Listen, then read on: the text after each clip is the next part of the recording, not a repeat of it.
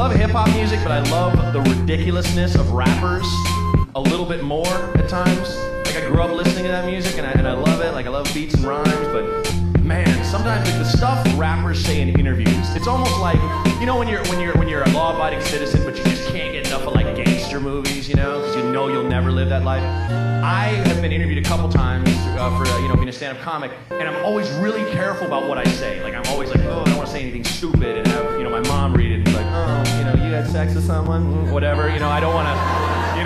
I'm always really careful what comes out of my mouth. But rappers will just say something insane, because they're always drunk or high or both. They're drinking cough syrup. Like, I don't know exactly what's happening these days.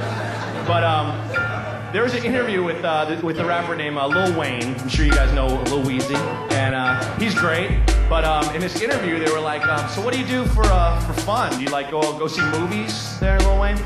And he's like, nah, man, I don't see anything where someone yells action or cut, because that shit ain't real. I was like, wow, you just don't like entertainment at all?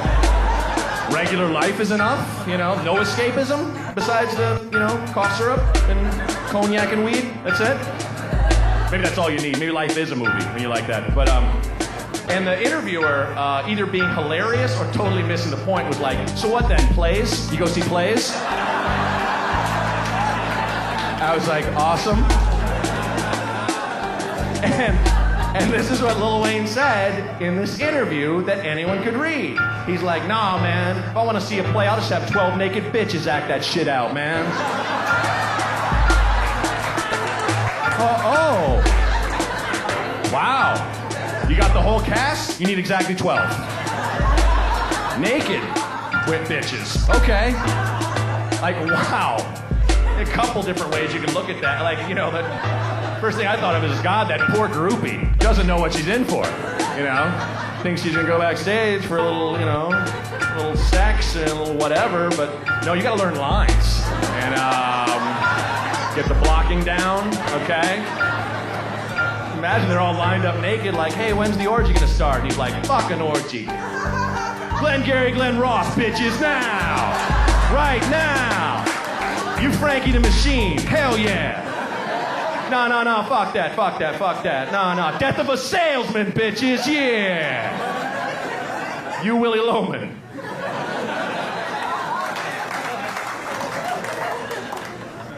We're all there, me and the uncles and my dad, watching sports. And I don't know, like, I like watching sports, but I'm kind of tired of the post-game interviews because they're all the same. Like, I found out that they have to, when a professional athlete, when you get that level of being a professional athlete, you take a class on how to talk to the media, That's why they always say the same crap every single time, Like, it's always just like, oh, we're talking to Steve Johnson, the quarterback for the Cougars. Steve, your thoughts on the game? Well, man, we fought hard, they fought hard. We gave it our all, they gave it their all.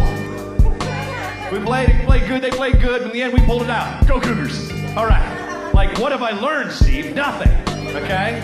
Like, just once, I'd like to hear from, like, a literate, well-read athlete, and I know they're out there, that like the great books and want to draw some analogies, Like, Steve, at one point you were tackled by no less than 7 men. You're lying underneath those guys. What was that like? Well, man, anyone that knows me knows I'm a huge fan of French literature. And, Jean-Paul Sartre in his seminal work, No Exit, he put across the idea that hell can be nothing more than the company of ourselves. And if you're lying on that pile of humanity, I know what that French fucker's talking about, man. You know what I mean? Go Cougars, French lit! French lit! French lit! Just once. That's why you have to live your life to the fullest and not bite your tongue and just be yourself, because... Or I guess. Or just chill the fuck out and wait for the end. What do you do? One of the two. I mean, know. What is the life to the fullest, right? If it's all temporary. Sure. Absolutely. I mean, there is that point where it's just like, well, is there any point to life? I don't know. I've gone back and forth with Trussell on this, where I'm just like... Duncan, Duncan will fucking send you down a rabbit's hole with that. Man, I don't know, man. Yeah, the cosmic... Bhagavad Gita, they say that... He'll make some sense out of it, too. He will. He is the cosmic trickster, without a doubt. I remember Bourdain, speaking of Bourdain, he was saying, they were like, how would you like to go? And he was just like, I just want just one bullet in the back of my skull, and I don't see it coming. Yeah, but meanwhile, he did it himself, and he did it with a rope. Yeah, it's just... I was friends with him. That fucked me up. It fucked me up. I wasn't. And I was a fan of his since the first article came out in the New Yorker that he wrote. It fucks you up because you just go, I wish he called me. Yeah. I wish I mean, I would have flown to France. Mm-hmm. No, I wouldn't have. I would have said, suck it up, pussy. Don't kill yourself in France. Yeah, but Come back to America. You wish you would have checked in. Yeah. Because, I mean, I think it's all about perspective. There are times where we've all come close to not necessarily putting a gun in our mouths or a rope around our necks, but where you just feel like there's no point. Yeah. You know, but someone can just come in. I say, like, coming up in the crew that I came up with in Chicago, you know, Conan and Hannibal, and people like we never let each other get away with shit. Or it's just like, yeah, you're saying that, but fuck you. Like, you need those people in your life. I'll never forget, I went through a horrible breakup, and I was in my apartment for like a week, only leaving to wait tables and bartend, and then I finally came to a show, and Conan's like, hey, look who pushed aside all the clumps of used Kleenex to be with us. Welcome back, you fucking pussy. And I remember laughing so hard, and it all went away. It all went away. That's great. Because you take yourself so seriously, and it's never going to get better. And it's, I mean, I just think about despair as this demon that latches onto your back, and it's your job to fuck it up, get it off you, you know?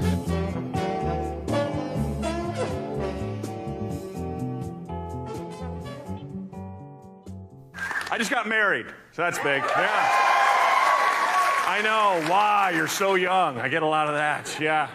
You're a fresh-faced kid of 43. Why rush in when you know you know? That's what I'm saying.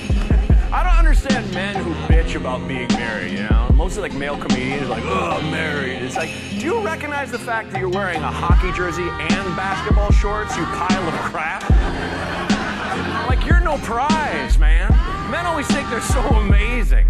I know, what were you missing out on? Were you going to be taking like a platinum cigarette boat through oceans of hot tail? I don't think you were, Trevor. I think that was going to happen. Like, my wife's the best thing that ever happened to me in my life, man. Like, I love her so much. She's the best thing ever happened to me. And she's a jerk. Huge. She's so mean, man. I call her Donna Rickles. She's got so many zingers. Like, remember that kid you grew up with that, like, would knock you in the crotch and you would laugh? I married that guy. Like, my wife, we were having dinner with another couple whom I did not know. And this gal was like, so you guys gonna have kids? And my wife looks at me and goes, I don't know. Kinda want a kid with a chin. I'm right here. You bitch. I love you. That was a hot burn. Good one. Good one. My name is Matt Braunger. She calls me Fat Donger. That's for real. Yells it across IKEAs.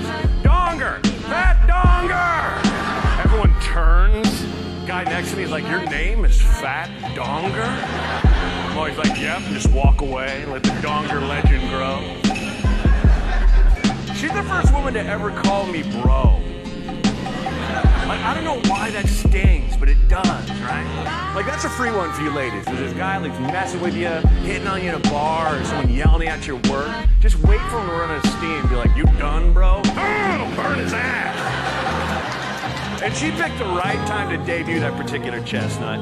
Where I was like, yeah, now to that party. Want to have sex? She's like, on my period. Sorry, bro. Ha-ha! Did not see that left hook coming. You know? Just good at it that way. We're all alone. I can just admit something privately right now, yeah? Okay, great. I am not good at weed. Not good. I know it's amazing out there right now, and like, I can't. I've been practicing the dojo my whole life. Cannot get past the white belt. Cannot. Like, I started early. Like, how old were you first time you got high? 18. You're 18 now? Don't say anything. All right. Andy, how old are you first time you got high? Probably 16. 16, that's wrong. Yeah. 9 years old, 4th grade. Thanks, Portland, Oregon. Doot, doot. Went over to this kid Jeff's house. He was in 5th grade, much cooler. Jeff had what you call cool parents, which just means bad parents. That's all that means. Like, don't be too cool of a dad, man. Don't be that dad that's just like, what are you, 10 now? Grab a beer. I don't want one, Dad. Dad, screw that. Call me Rusty. That kid's not growing up right. We went over to Jeff's dad's house, man. There had jars of twisted joints on the shelves, like Lord of the Rings pickles, just everywhere. Within child's reach, so we used our child reaches to pull one down, and we got high. And all I remember is we were crying laughing over the idea of sending someone a Domino's pizza box with no pizza in it. Like, what a great prank. Like, that's what's great about weed. It makes you laugh at anything. But now, you can bespoke your high. You can walk into like a legal weed store and be like, yeah, I want to feel like Road Warrior, but relaxed. Right this way, sir, right this way. And my thing is, I want to be cool. Resist that, young people, all right? Like, if there's someone cool and young and they hand me one, I'll take it. Like, I worked on a show that was set in a dispensary. And after we wrapped, everyone whipped out joints the size of baguettes, right? And this young black millennial, the coolest of all millennials, don't fight me, was like, hey man, you smoke? And I was like, yeah. No, I don't. As I'm reaching for it, every cell in my body's like, no, you're not good. Because for me to take that dinosaur toe and smoke it is just like me walking past a skate park at my age and being like, give me a board. Come on, give me a skateboard. You guys still call this a half pipe? My neck! Like, same thing. Don't move me. Because I hit it and was like, because that's the thing about a weed freak out. It's inside. No one knows you're losing your mind, right? Every other drug, you show the freak out. Acid, you rip your clothes off, you're probably peeing.